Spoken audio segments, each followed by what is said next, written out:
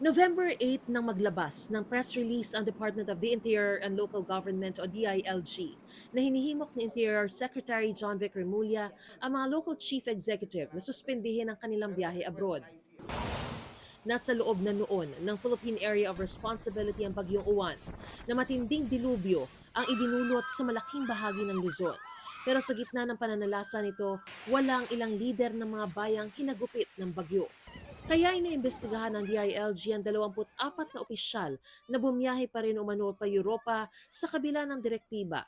Despite the directive, umalis sila ng November 9 to 15. Ayan ang kailangan nilang paliwanag kasi clear-cut guidelines yan eh. It is their moral duty to be cognizant of the approaching calamity.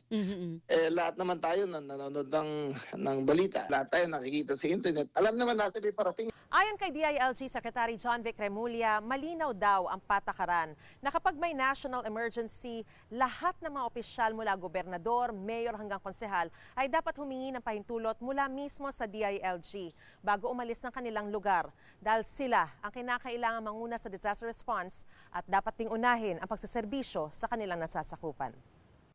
Posible raw silang maharap sa mga kasong gross insubordination at abandonment of duty.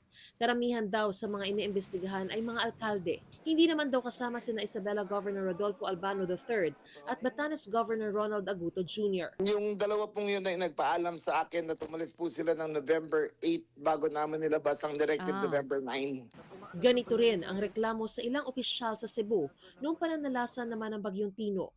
Isang kongresista at 7 alkalde na ang sinampahan ng reklamo ng isang abogado sa Visayas Ombudsman.